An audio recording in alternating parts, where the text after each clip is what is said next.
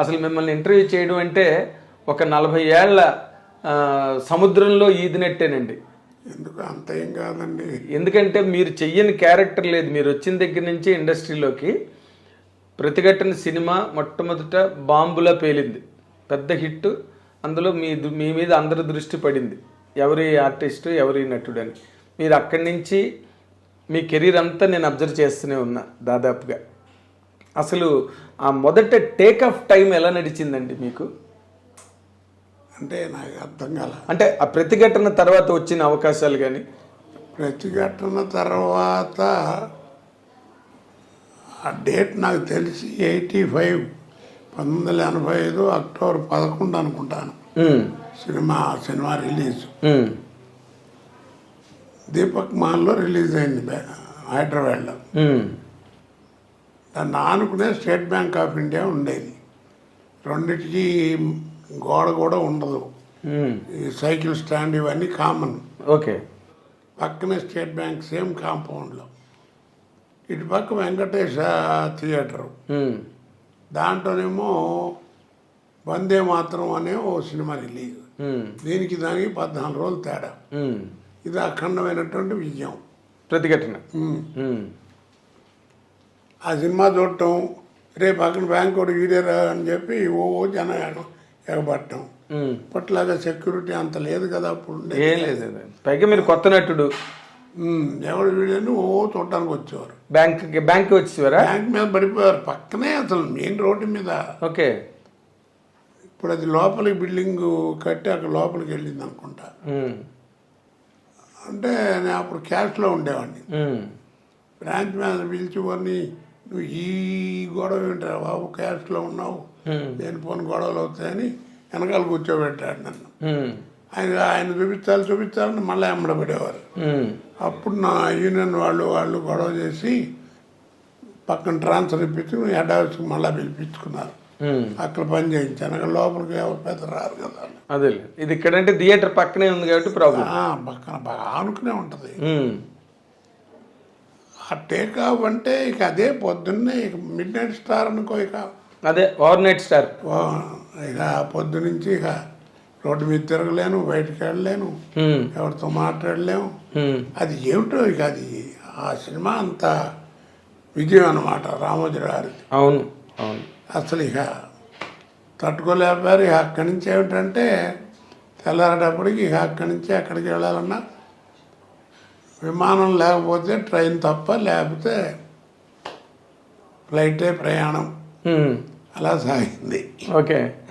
కాదు, అప్పుడు మీరు ఇండస్ట్రీలోకి వచ్చినప్పటికీ దాదాపుగా మహామహులు అందరూ ఉన్నారు. రావుగోపాల్ గారు ఉన్నారు, కైకాల సత్యనారాయణ గారు ఉన్నారు, గొల్పూడి మారుతి గారు ఉన్నారు. అందరూ మంచి భూమిలో ఉన్నారు. నూతన్ ప్రసాద్ గారు, ఆయన లేకుండా సినిమావి లేదు. నూతన్ ప్రసాద్ అలాంటి కాంపిటీషన్ని మీరు ఏ విధంగా అసలు తట్టుకుని మీరు నిలబడగలిగారండి ఇండస్ట్రీలో? నిజంగా చెప్పాలంటే నాకు అసలు బ్రెయిన్లో ఆలోచన ఏమీ లేదండి. ఇంకో రకంగా చెప్పాలంటే ఇది కొంచెం ఎత్తుకబురు అనుకుంటారు. ఆ ఆలోచన వచ్చేటువంటి టైం కూడా ఉండేది కాదు. ఇక రాను ఎంత బిజీ అయిపోయానంటే రోజుకి 20 గంటలు మినిమం పని చేయటం, కారులోనే నిద్రపోవటం,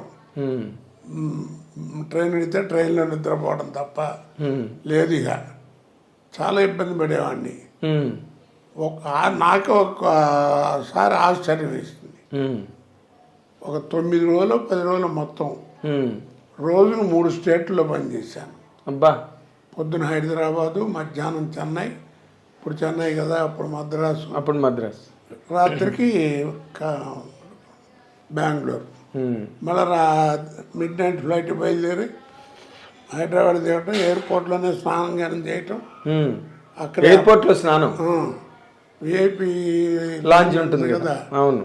అంటే అప్పుడు ఇంత ముమ్మరంగా లేదు కదా, సెక్యూరిటీ లేదు, మీడియా పబ్లిక్ క్రేజ్ కూడా అంత లేదు అప్పుడు. అసలు ఇవి ఎక్కడున్నాయి? అవునండి. ఈ ఛానల్ లేవు కదా. అవును. సరే అక్కడే స్నానం చేసి మళ్ళీ ఇక్కడ షూటింగ్, మళ్ళీ ఇలా నాకు ఆశ్చర్యం వేసింది. ఇంట్లో అందరూ తిట్టడం కూడా మొదలెట్టారు. ఎందుకు వచ్చింది తలకాయ నొప్పి, భోజనానికి కూడా టైం లేకుండానండి. ఉమ్, సరే ఇక ఆ టైము అప్పుడు నాకు ఒక ఆలోచన వచ్చి అందరితో అంటుండేవాడిని. ఉమ్, మొన్న మధ్యన చచ్చిపోయాడు పాపం వేణు అని కమెడియన్ వేణుమాధవ్. వేణుమాధవ్. ఉమ్, వాడు ఓ రోజు చికాకు పడుతున్నాడు.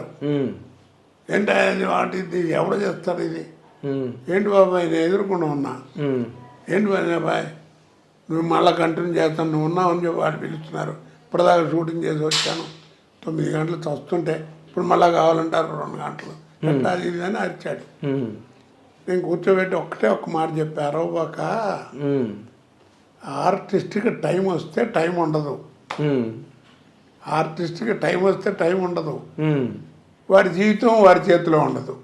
బాగుంది.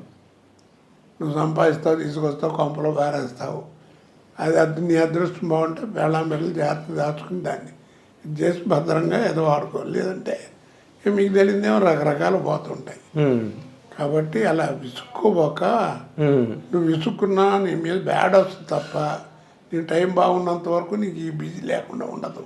ఉమ్, కాబట్టి అలా అనుభవకని అట్లాగా నాకు ఎప్పుడు అదే జ్ఞాపకం వస్తే అందరికీ అదే చెప్తా, టైం వస్తే టైం వద్దు, బీ కేర్ఫుల్. ఉమ్. ఆ టైంలో మనం జాగ్రత్తగా ఉండాలి. ఓకే. అయితే మీరు ఆ బిగినింగ్ డేస్లో ఎదురు దెబ్బలు ఏం తినలేదండి? మామూలు కేక్ వాక్ లాగే అయిపోయిందా?